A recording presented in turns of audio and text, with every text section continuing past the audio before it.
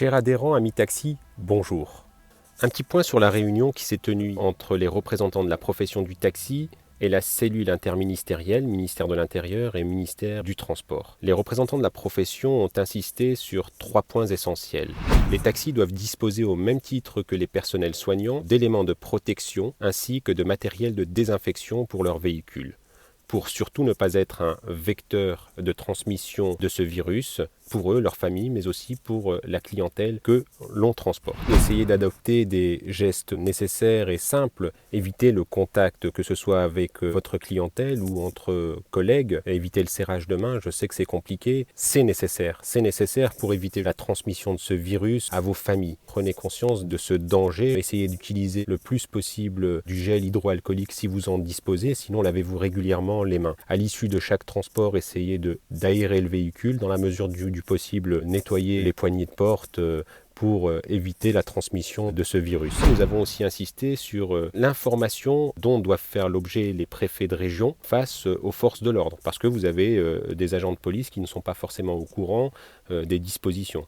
Un professionnel taxi peut continuer sa mission de service public. Donc nous avons à ce sujet interpellé le ministère de l'Intérieur afin que l'information circule pour les services préfectoraux. Par ailleurs, nous avons insisté à ce que la mission qui nous est conférée, à la fois par nos autorisations administratives, qu'il n'y ait pas de mélange des genres avec d'autres modes de transport.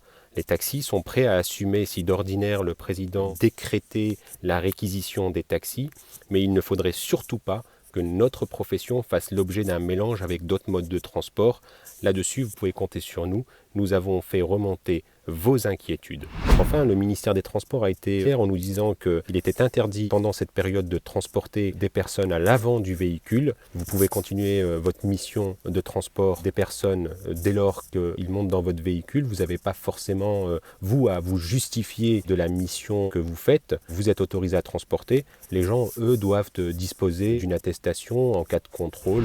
Nous serons présents pour vous accompagner sur les difficultés qui viendront, car une fois la crise passée, il faudra réfléchir à nos difficultés financières, parce que nous sommes conscients qu'aujourd'hui, professionnellement, l'activité est quasiment absente. La ministre du Travail souhaite nous confier une mission du transport de plateau repas pour les personnes âgées. Les professionnels de santé souhaitent aussi nous confier la mission de livraison de médicaments. Pour une raison très simple, nous avons les moyens de mobiliser de la ressource sur tout le territoire national. Enfin, pour tous ceux qui se posent des questions sur les modalités d'application quant au transport de malades, les missions continuent pour les dialyses, les chimios, le taxi doit continuer sa mission, mais tout en essayant de se protéger au mieux. Je compte sur vous, soyez vigilants, à très vite.